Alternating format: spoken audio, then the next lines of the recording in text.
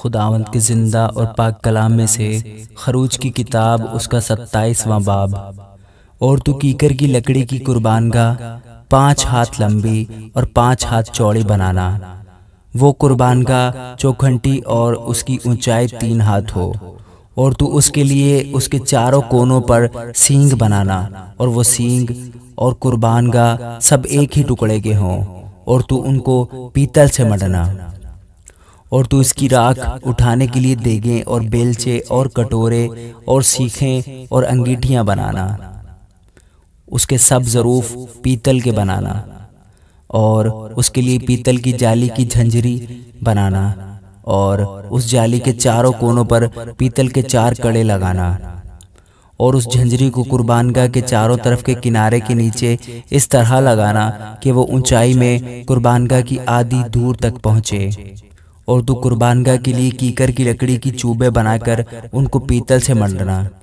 اور تو ان چوبوں کو کڑوں میں پہنا دینا کہ جب کبھی قربانگاہ اٹھائی جائے وہ چوبیں اس کے دونوں طرف رہیں۔ تختوں سے وہ قربانگاہ بنانا، اور وہ کھوکھلی ہو، وہ اسے ایسی ہی بنائیں جیسی تجھے پہاڑ پر دکھائی گئی ہے۔ پھر تو مسکن کے لیے صحن بنانا، اس صحن کے جنوبی سمت کے لیے باریک بٹے ہوئے کتان کے پردے ہوں جو ملا کر 100 ہاتھ لمبے ہوں، یہ سب ایک ہی سمت میں ہوں، اور ان کے لیے 20 ستون بنے، اور ستونوں کے لیے پیتل کے 20 ہی خانے بنے، اور ان ستونوں کے کنڈے اور پٹیاں چاندی کی ہوں۔ اس طرح شمالی سمت کے لیے پردے سب ملا کر لمبائی میں 100 ہاتھ ہوں، ان کے لیے بھی 20 ہی ستون، اور ستونوں کے لیے 20 ہی پیتل کے خانے بنے، اور ستونوں کے کنڈے اور پٹیاں چاندی کی ہوں۔ اور صحن کی مغربی سمت کی چوڑائی میں 50 ہاتھ کے پردے ہوں، ان کے لیے 10 ستون، اور ستونوں کے لیے 10 ہی خانے بنے، اور مشرقی سمت میں صحن ہو، اور صحن کے دروازہ کے ایک پہلو کے لیے 15 ہاتھ کے پردے ہوں، جن کے لیے 3 ستون، اور ستونوں کے لیے 3 ہی خانے بنے، اور دوسرے پہلو کے لیے بھی 15 ہاتھ کے پردے اور 3 ستون اور 3 ہی خانے بنے،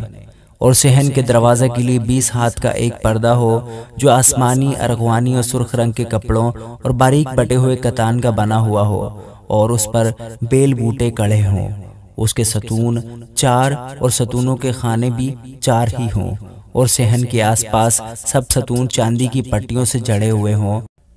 اور ان کے کنڈے چاندی کے اور ان کے خانے پیتل کے ہوں۔ صحن کی لمبائی 100 ہاتھ اور چوڑائی ہر جگہ 50 ہاتھ، اور کنات کی اونچائی 5 ہاتھ ہو، اور پردے باریک بٹے ہوئے کتان کے، اور ستونوں کے خانے پیتل کے ہوں۔ مسکن کے قسم قسم کے کام کے سب سامان اور وہاں کی میخیں اور صحن کی میخیں یہ سب پیتل کی ہوں۔ اور تو بنی اسرائیل کو حکم دینا کہ وہ تیرے پاس کوٹ کر نکالا ہوا زیتون کا خالص تیل روشنی کے لیے لائیں، تاکہ چراغ ہمیشہ جلتا رہے۔ خیمہ اجتماع میں اس پردہ کے باہر جو شہادت کے صندوق کے سامنے ہوگا، ہارون اور اس کے بیٹے شام سے صبح تک شمعدان کو خداوند کے روبرو آراستہ رکھیں۔ یہ دستور العمل بنی اسرائیل کے لیے